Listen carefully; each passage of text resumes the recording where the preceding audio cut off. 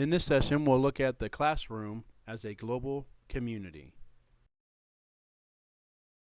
As we think about the global classroom, we think, first of all, of globalization. And what is it? What it is it's integration. It's what I do affects others around me. We're all intertwined. It's not new, and it's not just about economic or business, do international business, but it is how web technology has been able to integrate all facets of the planet. With just internet connectivity, we can be connected with others in various ways, both synchronously and asynchronously in virtual environments. It's also an ongoing process, continues to be defined and developed, and it shows our interdependence. Nothing's more true about that than the financial industry. I think we all can identify and relate to how that has influenced and showed how globalization affects everyone around the world. And it's not Americanization or colonialism. It's definitely not that. That's not what globalization means. It's how we are interdependent and can work together and need what happens in other parts of the world does affect us.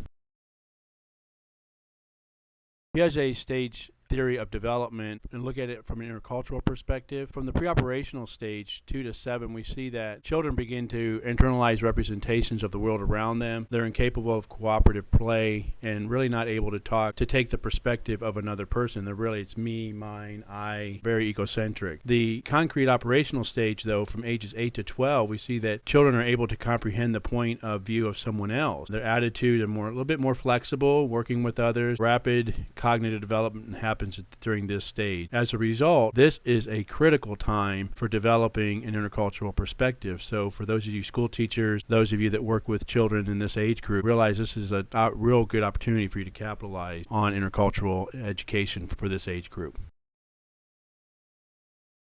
Here we'll look at 4 levels of cross-cultural awareness. We'll look at these different levels. Level 1 involves awareness of visible cultural traits. That's your skin color, your dress, language patterns, and ceremonies. Level 2 involves becoming aware of superficial or extremely visible cultural traits that contrast markedly with one's own culture that they come out of. Level 3, it's similar to Level 2, but this level is characterized by more intellectual emphasis and analysis. And Level 4 involves awareness of how another culture feels from the perspective of an insider. So really going to the highest level. So think of Level 1 as the lowest, Level 2 the progressing up the ladder to Level 4, where there's the highest level of awareness of cross-cultural interaction and sensitivity and development.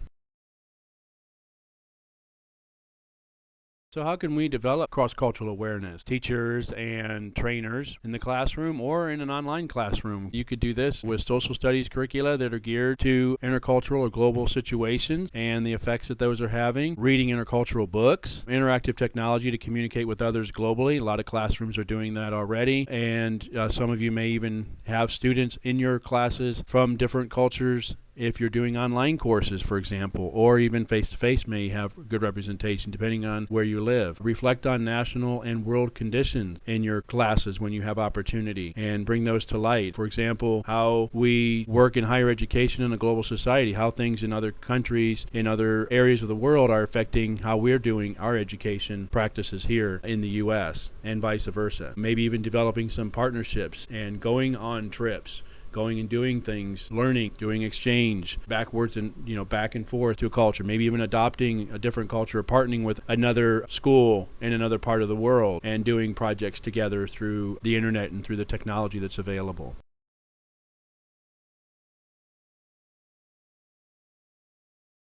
When we think of international competence, working in different cultures, first we look at the characteristics of international competence in students. Knowledge of the world and historical experiences of other people. These are characteristics. Can your students, can those that you're working with understand, appreciate? We realize that, and we hear all the time of people in Europe, in schools there know 4 or 5 different languages. English is required, whether that's their native language or not, and can barely get kids to do a second language in junior high and high school. And so their world in historical experiences and knowledge of the world is probably much more to a higher level degree than most of ours. Sufficient cross-cultural skills to communicate with people from around the world. And once again, this is experiences. How much time do kids in our culture have with those from a different culture, and are they able to interact? Do they have opportunity to do that so that they can learn to communicate? Inclusive ethical citizenship and social action. The world together, working in a global society, doing some things together, even some projects. Like I said on the last slide, to maybe even partner partner with a school in another part of the world and maybe even take on a project together. And inactive in building connections with others. And this can be done, like I said, through the internet, through technology, maybe networking at a conference, international conference or something like that, where you're with others from different cultures. These are all good things for helping to develop characteristics of international competence in students. And on the next slide, we'll look at how educators facilitate the development of international competence with students.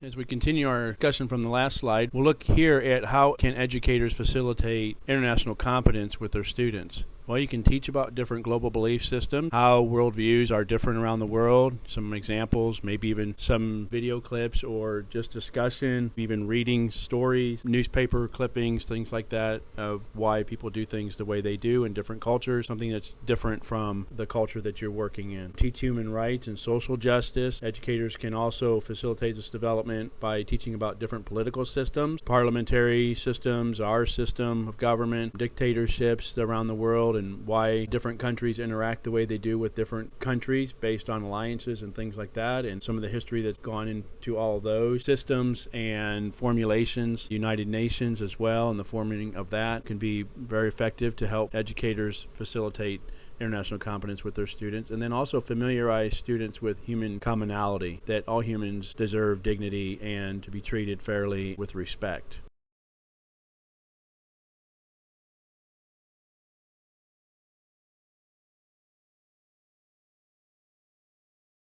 Here we'll look at the aspects of a global classroom. First aspect would be the development of cross-cultural awareness in students. This has to be very intentional and focused. Learner-centered education. For working with adults, this could be the andragogical learning model, where you allow the adult in your class or your intercultural education courses you're teaching to experiment for themselves and go out and to form their own learning model that they would like to address, something that they may be very interested in. They may be interested in a particular culture or a particular worldview, allowing them to look at things from different perspectives based on their interests. You can allow this for students as well, depending on if they have a particular interest in a language or culture around the world. The utilization of technology to access the global community. This is very representative of a global classroom, so that you actually have the tools and equipment for your students to be able to get access to the global community, to interact with those, even in a live environment from around the world, depending on time zones and things like that. Emphasis on the skills needed to succeed in the workforce as well is a really good characteristic or aspect of a global classroom. So not just within the immediate context, but then what do you need to function and to be operational and effective in the world and to make a contribution. And then also talked a little bit about this, about collaborative or intercultural competence. Working together with those from different cultures is really a good aspect of the global classroom, and things that we can actually see happening, see come to fruition with the availability of all the technology and availability of the internet.